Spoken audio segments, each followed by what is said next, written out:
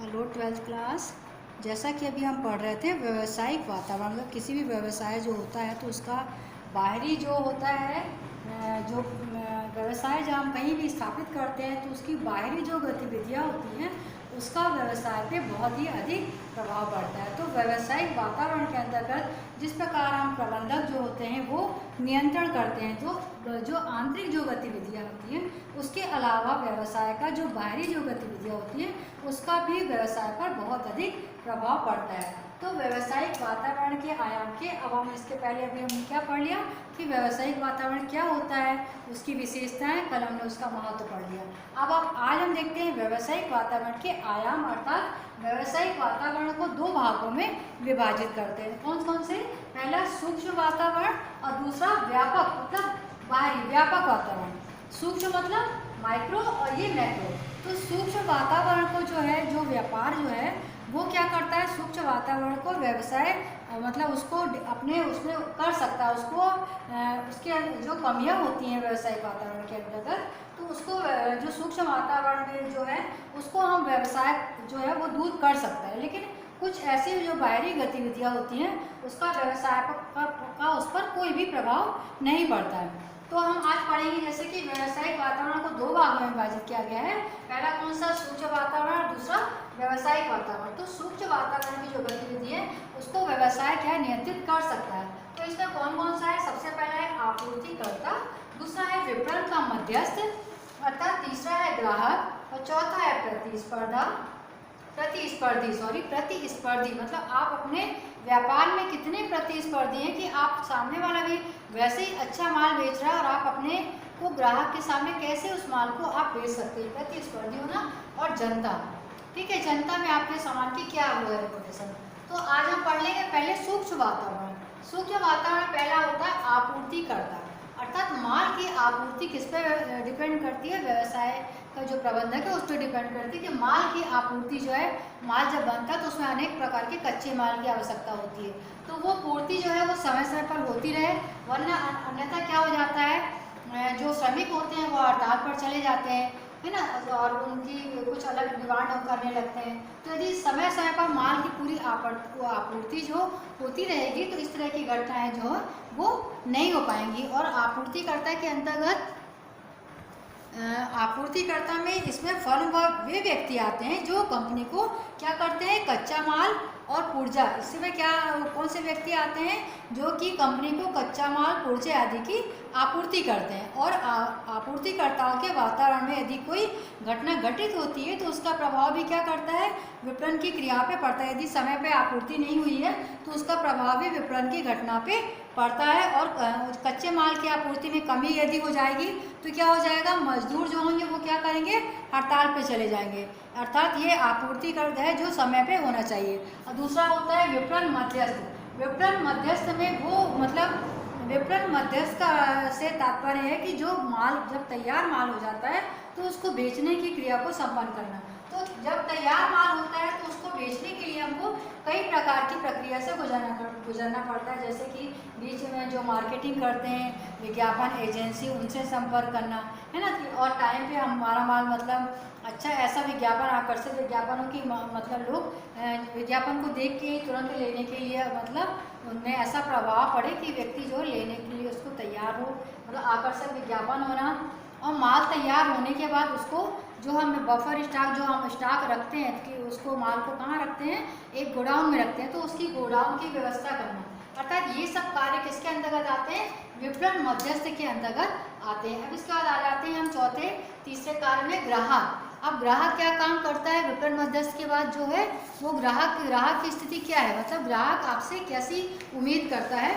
अर्थात ग्राहक जो है प्रत्येक जो व्यावसायिक उपक्रम को के लिए अध्ययन आवश्यक है कि एक उपक्रम की सफलता इस बात पर निर्भर होती है कि इसमें एक नया बाजार सृजन और उस पर बनाए रखने के लिए कितनी क्षमता है। ग्राहक बाजार में उपभोक्ता बाजार और क्या करता है, उपभोक्ता बाजार, व्यावसायिक बाजार की पुनः बिक्री बाजार और सरकारी बाजार तथा अंतर्राष्ट्रीय बाजार जो शामिल होते हैं उसे व्यक्तियों और परिवार से जो मिल के बनता है। और व्यक्तिगत उपभोग के लिए वो क्या करते हैं, वस्तुओं का क्रय करता है। और व्यावसायिक जो बाजार में फर्म आती है उनका उपक्रम की वस्तु का प्रयोग अन्य वस्तु में बनाने में करती है। अर्थात पुनः बिक्री बाजार में वस्तुओं और सेवाओं के लिए इसलिए क्रय करता है कि ऊंची कीमत पर बिक्री करके क्या किया जा सके, लाभ अर्जित किया जा सके। और सरकारी बाजार में वह सरकारी एजेंसी आती है जो सार्वजनिक सेवाओं को प्रदान करने के लिए वस्तु सेवा जो है वो क्रय करती है ना। अब ये आ गया ग्राहक। अब आ जाते हैं प्रतिस्पर्धा पे। तो चूंकि व्यवसाय में वो जो है वो प्रतिस्पर्धा बहुत अधिक मात्रा में होती है, मतलब आप एक ही कंपनी के जो है वो कई मतलब खरीदार होते हैं, कई लोग एक ही प्रकार की कई चीज़ें जो है वो मार्केट में उपलब्ध होती है। उनके रहते हुए आप अपनी वस्तु को किस प्रकार से श्रेष्ठ बनाकर अपनी वस्तुओं को बेच पाएँ, ये ग्राहक पर डिपेंड करता है कि कैसे आप अपने वस्तु को और अधिक अच्छा और अधिक आकर्षक बनाएं ताकि जो ग्राहक है वो आपकी वस्तु को ही क्रय कर सके। अब चूँकि प्रतिस्पर्धा में जो है वो प्रतिस्पर्धा ऐसी के मार्केट में एक ही प्रकार की कई जो वस्तुएं हैं वो बाजार में उपलब्ध होती है। तो प्रतिस्पर्धा मतलब हमेशा ही बाजार में प्रतिस्पर्धा बनी रहती है, कंपटीशन हमेशा चलता रहता है। तो उस कंपटीशन में अपने आप को स्थापित रखना एक बहुत बड़ा ही काम होता है कि उसमें जैसे कई छोटी छोटी कंपनियां होती हैं तो वो क्या होती हैं, उसमें वो उनका जो बाजार है वो खत्म हो जाता है क्योंकि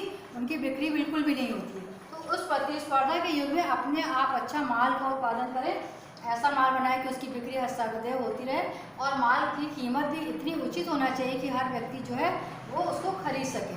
तो इस प्रकार ऐसे प्रतिस्पर्धा में अपने आप को बनाए रखना, ये जो वातावरण है स्वच्छ वातावरण, उसका बहुत बड़ा काम होता है। अब इसके बाद आती है जनता। जनता के अंतर्गत हम जैसे कि जानते हैं कि जनता है जो कि माल को क्रय करती है, अर्थात जनता किस प्रकार के माल को क्रय करेगी, कैसा करेगी, अर्थात व्यावसायिक उपक्रम में वातावरण विभिन्न प्रकार की जनता से घिरा होता है। अर्थात किसी समूह में वास्तविक और संभावित अपने उद्देश्यों को प्राप्त करने के लिए संगठन की क्षमता को प्रभावित करता है। जनता विभिन्न प्रकार की होती है जैसे कि वित्तीय जनता, जिसे बैंक आ जाते हैं, और वित्तीय संस्थाएं, स्टॉक होल्डर आदि आते हैं। इस प्रकार मीडिया जनता से समाचार पत्र, मैगजीन, रेडियो, टेलीविजन आते हैं जो कि समाचार पत्र, लेख और संपादकीय आदि है। अर्थात स्थानीय जनता में पड़ोस के निवासी, सामुदायिक संगठन आते हैं। अर्थात एक उपक्रम को सामान्य जनता को अपनी वस्तु व सेवाओं के प्रति व्यवहार को ध्यान में रखना चाहिए, और आंतरिक जनता में उनके कर्मचारी हो गए, प्रबंधक हो गए और बोर्ड के जो निर्देशक होते हैं ये आते हैं। और कुछ उपक्रम में आंतरिक जनता को प्रोत्साहित करने के लिए क्या करते हैं, पत्र और अन्य माध्यमों का भी सहारा लिया जाता है। तो मीडिया इत्यादि ये सब सभी जनता के अंतर्गत आ जाते हैं, और जो वित्तीय मीडिया में आ जाते हैं बैंक इत्यादि, है ना। तो ये आ गए जनता। अर्थात सूक्ष्म वातावरण में प्रमुख कौन कौन से, आपूर्तिकर्ता, दूसरा विपणन का मध्यस्थ, मतलब मार्केटिंग में जो भी आपको मार्केटिंग में जो लोग हेल्प करते हैं मार्केट में विज्ञापन देना अच्छे किस्म का, और जो मध्यस्थ की भूमिका निभाते हैं मार्केट में, और माल को रखने, उसको जहाँ जो माल हमने उत्पादन किया है उसको सही स्थान पर रखने, ले जाने की व्यवस्था, आने जाने के माल के धोने की व्यवस्था, ये सब विपणन मध्यस्थ के माध्यम किया जाता है। तो इस पर जो व्यवसाय है उसका जो है नियंत्रण होता है, मतलब इन चीज़ों पे हम नियंत्रण कर सकते हैं। व्यावसायिक वातावरण के अंतर्गत सूक्ष्म वातावरण ये चीज़ें हैं जिन पे हम नियंत्रण कर सकते हैं, अर्थात आपूर्तिकर्ता, विपणन मध्यस्थ और ग्राहक तथा प्रतिस्पर्धा एवं जो है वो जनता, इन पे हम जो व्यावसायिक वातावरण के अंतर्गत नियंत्रण कर सकते हैं। और ग्राहक क्या होता है, व्यवसायिक उपक्रम में प्रत्येक ग्राहक जो है बाजार को निकटता से अध्ययन करता है, आवश्यक है, और उपक्रम की सफलता इसी बात पर निर्भर करती है कि बाजार सृजन और उसको उसमें बनाए रखने की कितनी क्षमता होती है ग्राहक की।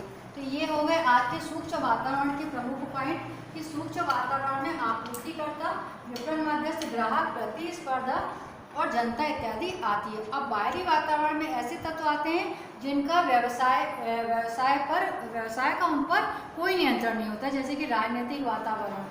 तो इन्हें राजनीति में कब कौन सी सरकार बदल जाए और फिर वह कौन से व्यवसाय के अंतर्गत के नियमों को चेंज कर दे, तो इसका व्यवसाय पे कोई नियंत्रण नहीं होता है। लेकिन ये जो है सूक्ष्म वातावरण के अंतर्गत ये जो चीज़ें आती हैं इनका व्यवसाय पे नियंत्रण जो है वो होता है। तो आज के लिए हम इतना ही पढ़ेंगे कि व्यावसायिक संगठन मतलब वातावरण के अंतर्गत दो प्रकार के इसको भागों में हम विभाजित कर देते हैं।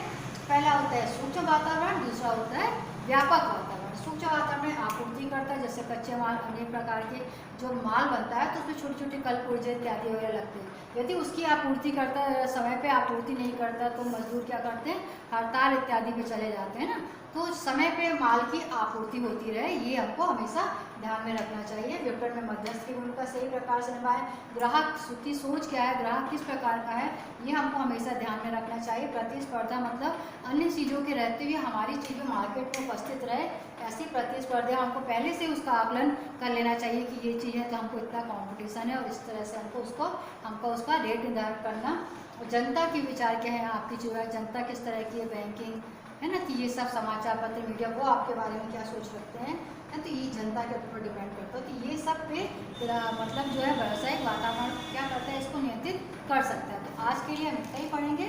अब जो है नेक्स्ट हम पढ़ेंगे कि व्यापक वातावरण क्या होता है, व्यावसायिक वातावरण के आयाम के अंतर्गत व्यापक वातावरण क्या होता है। आज के लिए बस इतना ही। तो आज ये नोट कर लीजिए आप लोग पॉइंट।